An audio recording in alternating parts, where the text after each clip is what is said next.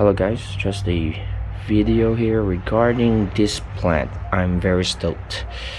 I bought this plant last year, and let me just check. I know I put the date. Yeah, September of last year. It's a really small plant. I bought it for like $15. So I was looking for a Monstera in the nursery, and they say and they showed me the spot, and this was a small plant. There were larger plants, but they're pretty more expensive, like in the $40 range. Of course, the bigger ones at the $100 range. And so I bought a smaller one, and since September I was wondering if I really got a Monstera. The Monstera, they're popular because of their split leaves, or like that Swiss cheese look, and large leaves. So I was wondering if I really got one, and today I went outside. I'm here in our patio, and yeah, finally this leaf has unfurled, and it's got the famous Monstera split leaf. So yeah, I do have a Monstera.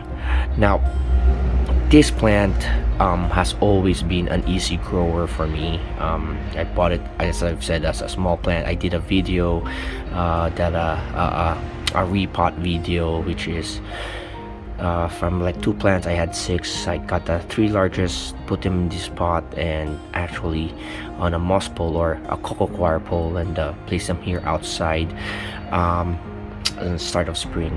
Eventually it has adapted. It's really hot here in Texas, and so every day I'm gonna take a while to look at my plants. I would mist that Nepenthes there, which I bought at the nursery also, and I would always miss this also. And as you can see, the roots have also adapted and has grown. It's kind of like at the start of spring. It's also humid here, around 90%, but the temperatures are really getting worse. So I made sure I water it appropriately, meaning if it's really dry, the first inch of the soil is really dry, I would water it. I don't mind over watering a little bit because it's really hot here in Texas, here in San Antonio. So you miss a few days of not checking can really set the plant back. However, it's a hardy plant, and it really has adapted here outside. I have the other 3, the other, like, so I repot them, 3 here, 3 plants in this pot, and another 3 which I put upstairs in our second floor. And that one is taking a while, I guess, simply because of the conditions. Like it's like our temperature out inside the home is around 73 Fahrenheit, and not as humid. So this guy here has really adapted. So yeah, very happy. First time Monstera, but since we're here, I'll also go ahead and make a video about my patio plants. So yeah, I'll finish the video about the coleus, but finally these are the mature coleus plants from the seeds that I've propagated, no, that I germinated. So I'll finish that video. I made a compilation of videos, just one video, but yeah, this is really nice. I got this from a Holiest of Coleus, and yeah, very happy about this. This spot here in the patio would get has bright indirect sunlight, as you can see here, and then around let's say around 5 in the evening, 5 p.m. it would get direct afternoon light, and it's really nice.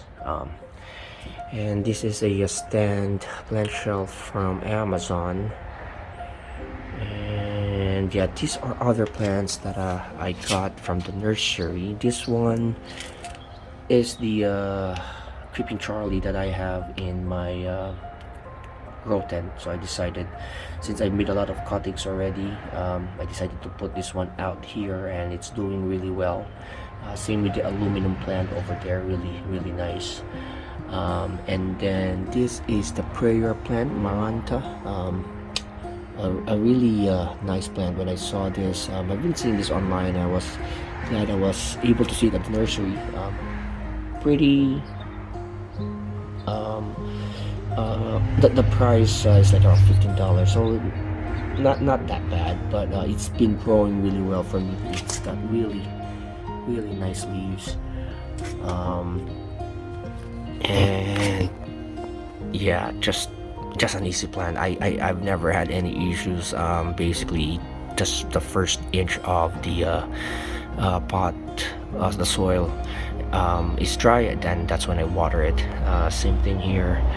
This is the rattlesnake plant. I just know the common name, the Calathea. So this one has also really nice leaves, and I think I know now. I mean, it's pretty obvious where it got its common name, but yeah, it's a really nice plant. Also, kind of been easy for me. Never had any issues with this plant. So yeah, just what I do is just if the first inch is dry, I water it. Also, I have a couple of pothos in here, a wandering Jew, and yeah, so those are just cuttings from the my grow tent, and I decided to place them here, and they're doing great. And on top here I have caladium and the alocasia bambino that I have in the grow tent. My issue with this plant in the grow tent is it would grow one leaf and one leaf will die. So there's this restaurant here, an Asian restaurant. I went in and I saw an alocasia bambino, and it's got several leaves, and so I decided, why don't I try to place it outside and see how it does, and it's doing really well. I've got 3, 4, 5, 6, 7 leaves now, and one more on the way here. So from just like 3 or 4 leaves, I have a ton right now, and it likes the humidity, the temperature, the bright indirect light, and then the 3 hours of direct sunlight. I have the caladium, the white caladium, common plant. This one's doing really well also, and still having lots of growth. This is small when I bought this. Same with this red caladium, but they love this spot here. Indirect light. I would say lots of humidity because I always spray the Nepenthes, and yeah, moist substrate, but I would let it dry for like the first inch. But like when the temperature is at like 100, 101, you would see the leaves like be like a little limp but once it gets a bit cooler, like at night, they'll be able to recover. This one is also a small plant when I got it, but I got tons of growth. So I really like this patio garden here. They're doing really well. This is the watermelon plant, as they say, the Peperomia argyria. Same thing, I bought this with the caladiums, the rattlesnake plant, and the prayer plant. I bought this like a small plant also, $13, and now I've got a ton of growth, and let's move it here. And I really like the leaves. It looks like a watermelon. Yeah, more growth here. So these are low light plants, like they like it shaded, but since they're near in the patio, they have like bright indirect light, so the sun is not really burning through the leaves. So that's really nice. Yeah. Next, yeah, this is my succulent collection. So I decided to buy like 3 types of succulents. The aloe vera bright amber. This is the mother plant. The Echeveria Caribbean blue. that's the mother plant, and the aloe white fox, I think this is the mother plant. So I had these guys for like around first week of May. I chose the plants that have what do you call this, have babies, that have new growth. And when I decided to repot them from 3 pots, I now have 4 additional pots, like 7 in all. And as you can see here, I propagated the white fox, the echeveria as a big baby here, and I just added some white fox in there, some of the white of the aloe bright ember. That's just the white fox and the bright ember. So all of a sudden I have a succulent collection. The bright ember looks really nice. I seen it online. When it grows, it's got this like really nice foliage or leaves with these pinkish spikes. Same with the echeveria. So yeah, that's my succulent collection. They're doing really well. I'm happy. I mean, I don't really see myself as someone with a green thumb, but so far I'm successful with what I'm trying to do. Here is a pot where I put the my pothos, my indoor pothos, and I removed it and replaced it in a more appropriate pot from IKEA that is more appropriate with our home. So I placed this out here, and then I decided to, so I have some wandering Jew cuttings, I have some pothos cuttings that I don't really need, but I turned this into like my discard pot, and the cuttings are growing. As you can see here, pothos, the wandering Jew are doing really well. Here is a snake. I think it's a snake plant, or mother-in-law's tongue plant. I forgot what, Sansevieria, and it's doing really well. My dad pot is it's only in 1 pot, but then I repotted it because like there's 2 growths, and this guy is doing really well. So really love the way it looks. It's one of those common house plants that I really don't appreciate that much, because in the stores they're small, but as they get bigger they look really cool. And in this area here I have some vegetables. So yeah, so this is a Thai chili.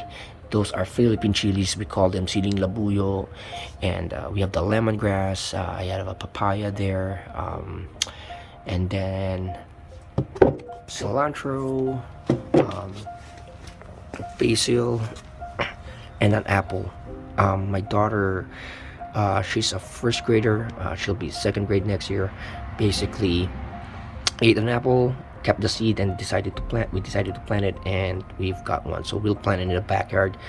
I got a moringa. We call it malunggay in the Philippines. A very nutritious plant. The leaves are nutritious. We add it in soup.